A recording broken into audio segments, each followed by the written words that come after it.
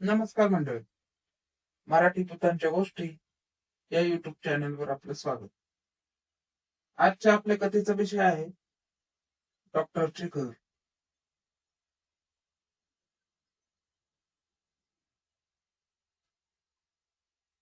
Doctor राजेशला कोकणात येऊन 2 आठवडे उलटले होते. दिवस बरे चालले होते. राजेशचा बराचसा वेळ इस्पितळातच जात असे. आठवड्यापूर्वीचा तो म्हाताऱ्याचा अनुभव सोडला तर दिवस त्याचे सामान्यच गेले होते. आणि एका रात्री राजेश रात्री 9:30 वाजता इस्पितळातून घरी आला. जेवण गरम करून त्याने खाऊन घेतले. नेहमीप्रमाणे राजेश जेवून झाल्यावर घरासमोरील अंगणात फेऱ्या मारत होता. त्या दिवशी अमावस्या होती.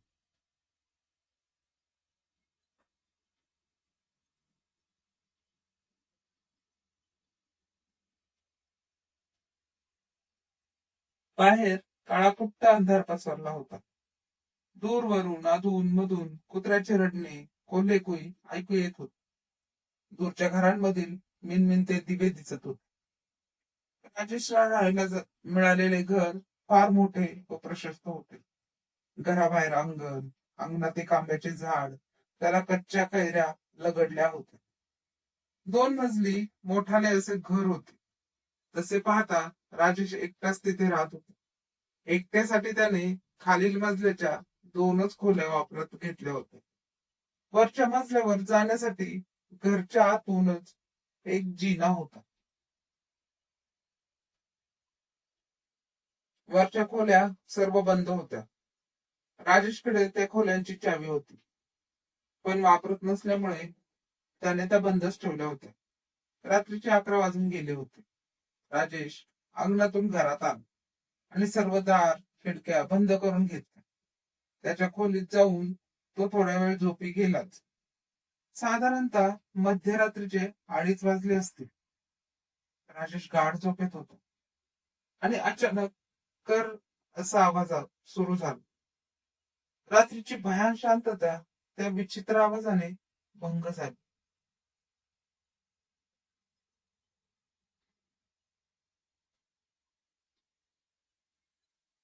आवाज सतत चालू होता. हळूहळू त्या आवाजाने राजेशची झोपमोड होऊ लागली. राजेशची झोपमोड झाली आणि तो अंथरुणात उठून बसला. त्या आवाजाची तीव्रता आता वाढली होती.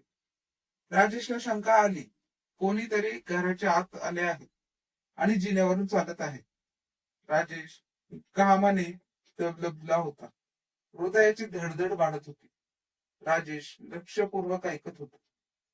त्या आवाजात अस्वस्थता आणि चलबिचलता होती. कोणीतरी जिन्यावरून खाली उतरत होते, पुन्हा वर चढत होते, पुन्हा खाली, पुन्हा वर, अशा काहीसा अंदाज राजेशला येत होता. खोलीचे दार राजेशने बंद करून घेतले होते. त्या दारासमोरच तो जिना होता. राजेशला एका क्षणी वाटले उठून दार उघडून पाहावे कोण आहेत, पण मनात एक अनामिक भीती उसळत होती. कदाचित यात त्याच्या जीवालाही धोका होता. काय करावे आणि काय नाही या अवस्थेत राजेश बसून होता. बाहेरचा आवाज संतपणे पण चालूच होता.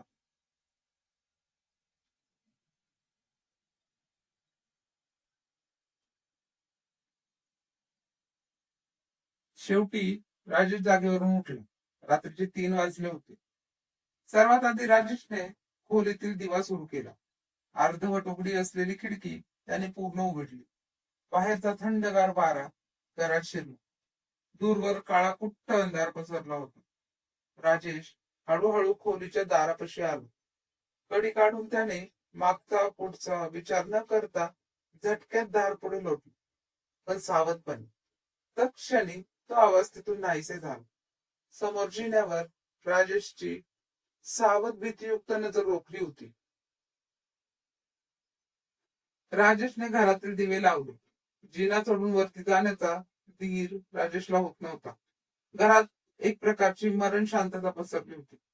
बाहेर दूरवरून कोल्हेकुई आणि कुत्र्यांची रडणे चालू होते. राजेश थोडा वेळ दिवाण घरात बसून राहिला. काही वेळ गेल्यानंतर राजेश त्याच्या खोलीत येऊन बिछाण्यावर आडवा झाला. समोर जिना दिसतच होता. बराच वेळ राजेशला झोप लागली नाही. पहाटे कधीतरी राजेशचा डोळा लागला आणि तो झोपी गेला.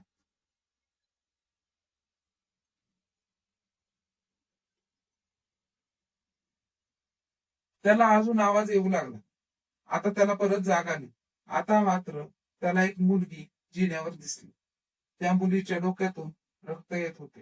तिचे डोळे लाल झाले होते. तिचा घाण वास येत होता. आता तो खूपच घाबरला होता.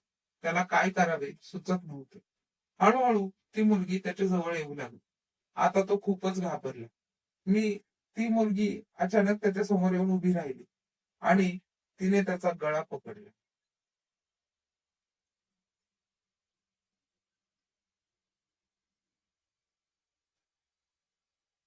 कसा बसा तो तिच्या तावडीतून सुटला. ती जोरजोरात हसत होती. त्याच्याकडे विक्षिप्त नजरेने बघत होती.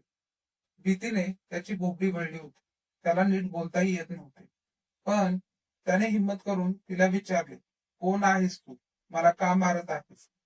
तिने बेसूर हसत उत्तर दिले, की मी छाया आहे. हे घर माझे आहे. मला माझ्या वडिलांनी या घरात डोक्यात दगड घालून मारले होते. माझा बाप खूप दारू पित होता. माझ्या आईला तो खूप मारायचा. असाच त्याचा मार खाऊन खाऊन माझी आई मरण पावली. माझ्या आईनंतर माझा बाप माझ्या मागे लागला. मला पैशासाठी तो कामाला पाठवू लागला. मी चार घरची भांडी घासून पैसे कमवत होते. माझ्या वयाच्या पोरी शाळेत जात. मी मात्र माझ्या बापासाठी कामाला जात होतो. मला मिळालेले पैसे तो दारूतच घालवत होता. मी गप्प राहून सहन करत होते. पण एक दिवस मला ताप आला. मी कामाला जाऊ शकले नाही. मी घरात झोपून होते. अशातच माझा बाप तिथे आला. त्याने मला दारूसाठी पैसे मागू लागले. मला मारू लागले. मी रडत होते.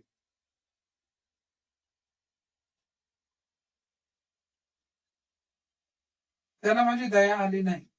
त्याने शेजारी पडलेला पाटा उचलला आणि माझ्या डोक्यात घातला. माझा तिथेच मृत्यू झाला. मला मारून तो निघून गेला. परत आला नाही. तेव्हापासून मी त्याची वाट बघत आहे. त्याला मारून मी माझा बदला पूर्ण करणार आहे. जोपर्यंत तो येत नाही तोपर्यंत मी या घरात कोणाला राहू देणार नाही. आता तुझा नंबर आहे.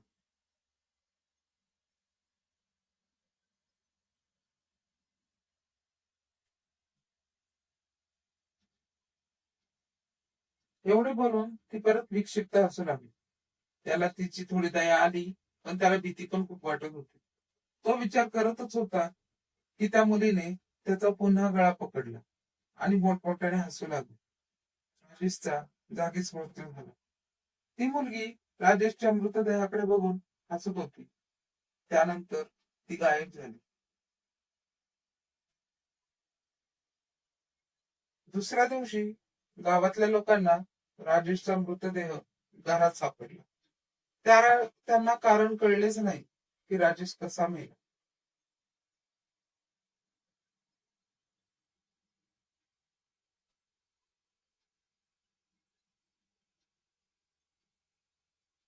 धन्यवाद.